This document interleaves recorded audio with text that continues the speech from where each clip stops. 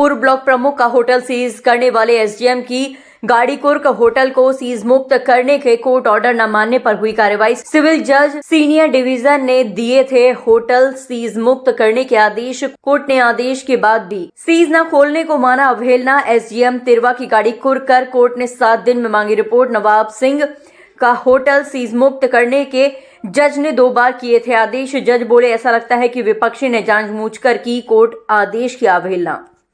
कि 18/9/24 को माननीय सिविल जज सीनियर डिवीजन कन्नौज द्वारा चंदन होटल और विषयगत भूमि जो थी विवादित, उस पर स्टे जारी किया गया था कि विपक्षी गण उत्तर प्रदेश सरकार और एसपी कन्नौज एसडीएम तिरवा इसमें कोई भी इसमें अवैधानिक कब्जा ना करें, होटल चंदन को ध्वस्त ना करें। इसके बावजूद जो है उत्तर प्रदेश सरकार के द्वारा इसमें कुर्की की इस स्टे की जानकारी उनको बराबर रही, लेकिन उन्होंने इसका अनुपालन नहीं किया और इसके बावजूद कुर्की की कार्रवाई जो है इनके द्वारा की गई बाद में दिसंबर मंथ में, और जबकि माननीय न्यायालय द्वारा स्टे जारी था 18/9/24 का, और कुर करके इन्होंने वो एसपी की रिपोर्ट मंगाकर और अपने आधार पर उसको कुर कर दिया।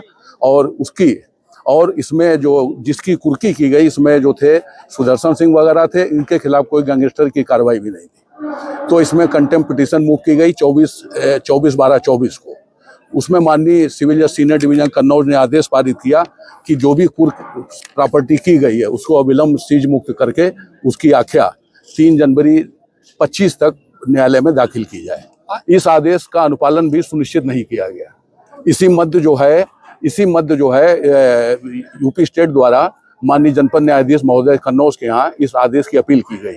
वो इनकी अपील भी खारिज हुई और विद्वान सिविल जज सीनियर डिवीजन कन्नौज के आदेश जो सीज मुक्त किए जाने के संबंध में था उसकी पुष्टि की गई, और इसमें कहा गया कि 28 जनवरी 25 तक आप न्यायालय सिविल जज सीनियर डिवीजन कन्नौज का आदेश का अनुपालन सुनिश्चित कराएं। आदेश से और क्या आदेश किया गया? कोई गाड़ी सीज करने? अरे हाँ, तो 28 जनवरी 25 को भी जब उत्तर प्रदेश सरकार के द्वारा जब न्यायालय के आदेश का अनुपालन नहीं किया गया तो इसमें न्यायालय सिविल जज सीनियर डिवीजन कन्नौज ने स्पष्टीकरण इस आशय का मांगा गया कि विपक्षी गण उत्तर प्रदेश सरकार वगैरह जो न्यायालय के आदेश का अनुपालन नहीं हो रहा है 3 दिन के अंदर अपनी आख्या स्पष्टीकरण प्रस्तुत करें और अपनी आख्या भी दें। तो इसमें डीएम कन्नौज और एसपी कन्नौज द्वारा एक वो प्रार्थना पत्र दिया गया कि मेरी रिट जो है माननीय उच्च न्यायालय इलाहाबाद में विचाराधीन है, लेकिन एसडीएम तिरवा द्वारा कोई भी उस स्पष्टीकरण नहीं दिया गया।